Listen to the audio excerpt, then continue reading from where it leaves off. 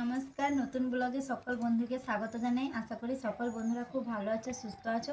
দেখো, দুর্গাপুজো তো চলে এসেছে। দুর্গাপুজোতে আমরা নিরামিষ খেয়ে থাকি অষ্টমীতে অঞ্জলি দেওয়ার জন্য। সেই ভেবে তোমাদের সামনে একটা নিরামিষ রান্না নিয়ে চলে এসেছি। ইস্কন মন্দিরের সবথেকে ফেমাস রান্না কাশ্মীরি সবজি রান্না। সেই পুরো পদ্ধতি তোমাদের দেখাবো আর কীভাবে রান্নাটা আমি খেয়েছি, খুবই ভালো লাগে। আমার দিদি একজন ইস্কন মন্দিরে যায়, তার থেকে আমি এই রান্নাটা শিখেছি, খুবই ভালো লাগে। তোমাদেরকেও দেখাচ্ছি, দেখো। আর এই রান্নাটা তোমরাও বাড়িতে রান্না করে খেও। এই রান্নাটার জন্য লাগবে দেখো ময়দা, শুধু ময়দাটাই দরকার, আর বেশি কিছু লাগে না এই রান্নাতে। দেখো, ময়দাটা প্রথমে আমি চেলে নেব। এখানে আমি 500 গ্রাম মতো ময়দা নিয়েছি। ময়দাটা প্রথমে আমি ভালো করে চালিয়ে নিচ্ছি।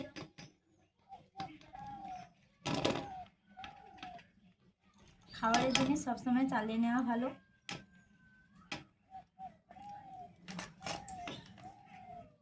বন্ধুরা দেখো, প্রথমে তো ময়দাটা ভালো করে চালিয়ে নিয়েছি। আর ময়দাতে কিছু দেওয়ার দরকার নেই, শুধু জল দিয়ে মাখিয়ে নিতে হবে। নিয়ে 10 থেকে 15 মিনিট ঢাকা দিয়ে রেখে দিতে হবে। অল্প অল্প করে জল দিয়ে মাখিয়ে নিতে হবে। খুবই ভালো লাগে বন্ধুরা, তোমরাও বাড়িতে রান্না করে খেয়ে আমাকে কমেন্ট করে জানাবে আমি যেভাবে রান্নাটা করছি।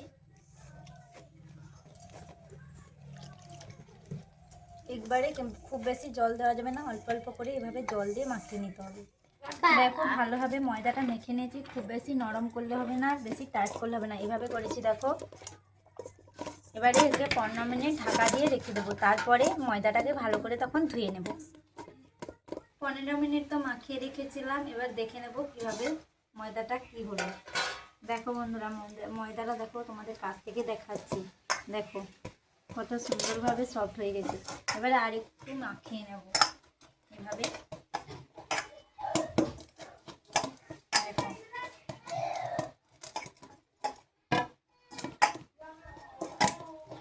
হাতের সাহায্যে মাখিয়ে নিয়েছি। এবারে আমি জল দিয়ে ধুয়ে নেব।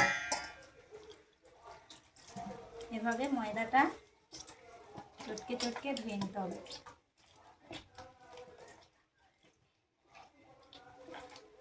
ভালো করে। কিন্তু বন্ধুরা, এই রান্নাটা কিপটেমি করলে হবে না, যে এই ময়দাগুলো ধুয়ে নষ্ট করছি। মানে শেষ পর্যন্ত তোমরা দেখতে থাকো, বুঝতে পারবে তাহলে যে কি বানাতে চলেছি। ভালো করে জল দিয়ে পরিষ্কার করে ধুয়ে নিতে হবে। যত ধুয়ে নেবে তাহলে রান্নাটা করার সময় যে সবজিগুলো খুব নরম হবে।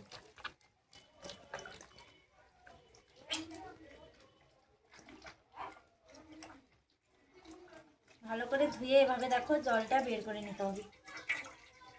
যতক্ষণ না এই সাদা জলের মতো মানে পরিষ্কার হয়, ততক্ষণ এভাবে ধুতে থাকতে হবে।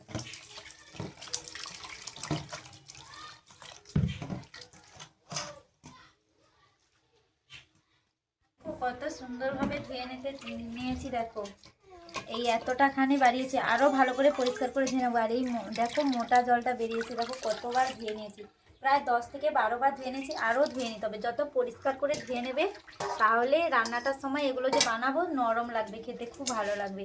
না হলে শক্ত শক্ত লাগবে, খেতে ভালো লাগবে না। এভাবে ভালোভাবে চটকে চটকে দেখো, এরকম ফ্রেশ জল যখন বেরোবে তাহলে ভাববে যে ধোয়া কমপ্লিট হয়ে গেছে। দেখো কত সুন্দর। এবারে জলটা ধুয়ে আর ধোবো না। 10 থেকে 12 বার মোটামুটি ভালোভাবে এভাবে চটকে চটকে ধুয়ে নিতে হবে। দেখো, ভালো করে ধুয়ে নিয়ে এতটা মতো বেরিয়েছে। আর কিছু করতে হবে না, এটা তো রান্নার জন্য পুরো রেডি। আর মশলাগুলো রাখছে দেখো এদিকে। টমেটো কুচি, জিরে বেটে নিয়েছি, আদা বেটে নিয়েছি, তেজপাতা, এটা গোটা এলাচ, লবঙ্গ এবং দারুচিনি নিয়েছি, হলুদ গুঁড়ো, শুকনো লঙ্কা গুঁড়ো, 5 ফোড়ন, লবণ, রান্নার জন্য সরষে তেল এবং ঘি। আর এখানে নিয়েছি দেখো পানমৌরি, জিরে এবং গোটা গরম মশলা নিয়েছি। একটা মশলা ভেজে নেব। আর রান্নার জন্য সাদা তেল লাগছে, এটা প্রথমে আমি সাদা তেলে ভেজে নেব। দেখো, এখানে এইটা ভাজার জন্য প্রথমে আমি সাদা তেল দিয়ে দিচ্ছি কড়ার মধ্যে। তেলটা গরম হলে তারপরে ভেজে নেব।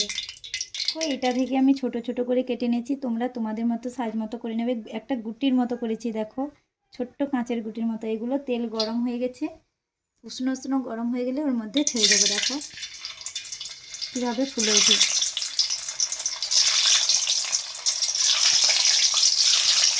প্রত্যেকটা এইভাবে দিয়ে দেবো। দেখো বন্ধুরা, কত বড় বড় ফুলে উঠছে।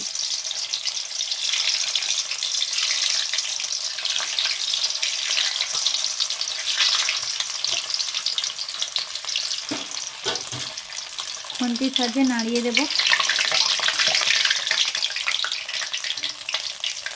দেখো দেখো কত সুন্দরভাবে ফুলে উঠেছে। বেশি লাল করব না, তুলে নেব।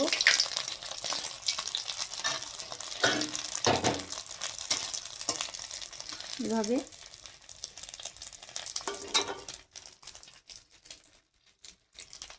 প্রত্যেকটা এইভাবে ভেজে নেব। দেখো বন্ধুরা কত সুন্দর হয়েছে। দেখো সবগুলো তো ভেজে নিয়েছি, কত সুন্দর নরম হয়েছে। দেখো কাছ থেকে দেখাচ্ছি, দেখো এই এবারে তরকারিটা করে নেব। এই রান্নাটা আমি সরষে তেলে করব। নিরামিষ রান্না সরষে তেলে খুব ভালো লাগে, তাই তেল দিয়ে দিচ্ছি। তেলটা গরম হলে তারপরে দিয়ে দিচ্ছি 5 ফোড়ন,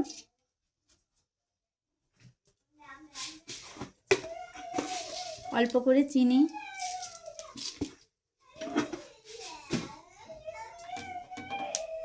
গোটা এলাচ, লবঙ্গ, দারুচিনি দিয়ে দেব। এটা দিলে সেন্টটা খুব ভালো হয়। আর দিয়ে দেব তেজপাতা। হালকা ভেজে নেব। টমেটো কুচি, তেলের মধ্যে টমেটোটা ভালো করে আমি ভেজে নেব। ওর মধ্যে দিয়ে দেবো জিরে বাটা, আদা বাটা। টমেটোটা গলা না পর্যন্ত ভেজে নিতে হবে অল্প আঁচ দিয়ে।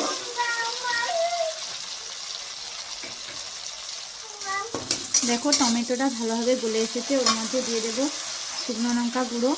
ঝাল আমি কম দিচ্ছি, তোমরা তোমাদের পরিমাণ মতো দিয়ে দেবে। দিয়ে দেবো স্বাদ মতো লবণ, হলুদ গুঁড়ো দিয়ে ভালোভাবে মশলাটা কষিয়ে নেব।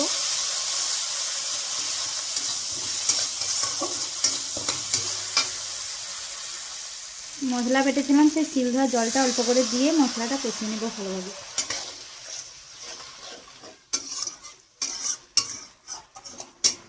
মশলাটা ভালোভাবে কষানো হয়ে এসেছে। মশলা খুব ভালো মতো কষানো হয়ে গেছে, লাল লাল হয়েছে দেখো মশলা। এরপরে আমি জল দিয়ে দেবো।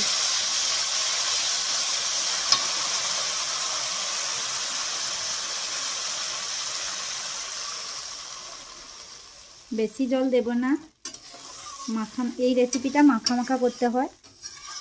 এতটা মতো জল দিয়েছি, তোমরা তোমাদের পরিমাণ মতো দিয়ে দেবে। এবারে ঝোলটা ফুটে যাক। এদিকে ঝোল ফুটতে ফুটতে এদিকে গোটা মশলাটা আমি ভেজে নেব শুকনো খোলাতে। দেখো এখানে নিয়েছি জিরে, পানমৌরি এবং গোটা গরম মশলা নিয়েছি। ভালো করে অল্প আঁচে ভেজে নেব। ঝোল তো খুব ভালোভাবে ফুটে গেছে। তারপরে এগুলো ভাজা হয়ে আছে, এগুলো দিয়ে দেব।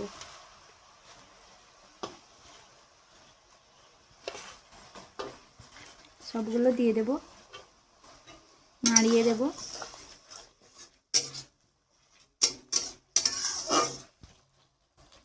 অল্প আঁচ দিয়ে কিছুক্ষণ ফুটিয়ে নেব।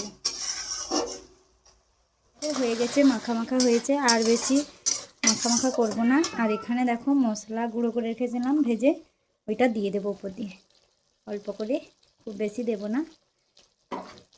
এবারে নামিয়ে নেব।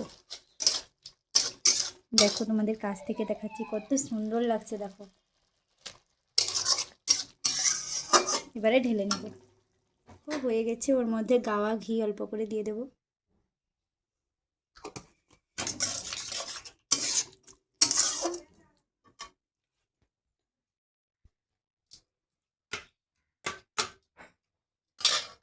দেখো কত সুন্দরভাবে হয়ে গেছে। বন্ধুরা দেখো কম সময়ের মধ্যে কত সুন্দরভাবে বানিয়ে নিলাম। দেখো এটা নিরামিষ রান্না, খুবই ভালো লাগে। ইস্কন মন্দিরের স্পেশাল রান্না এটা। দেখো মাখো মাখো করেছি। তোমরা চাইলে একটু এগুলো রসা রাখলে ভালো লাগে না, এভাবে মাখো মাখো করতে হয়। ভাতের সঙ্গে বা রুটির সঙ্গে সব কিছুতে খাওয়া যায়। তোমরা ভালো লাগলে এভাবে বাড়িতে বানিয়ে দেখো। পুজো তো আসছে, নিরামিষ তো চলবে এখন, তাই বানালাম। আর ভালো লাগলে সবাই সাবস্ক্রাইব করো, লাইক করো। সুস্থ থেকো, ভালো থেকো, দুর্গাপুজো খুব ভালোভাবে কাটিও। চলো তাহলে টাটা। তো এদিকে রান্নাও শেষ হয়ে গেছে, আর বৃষ্টি এসে গেছে। দেখো ঝড় উঠেছে, তোমাদের দেখাচ্ছি। টিপ টিপ করে বৃষ্টি পড়ছে।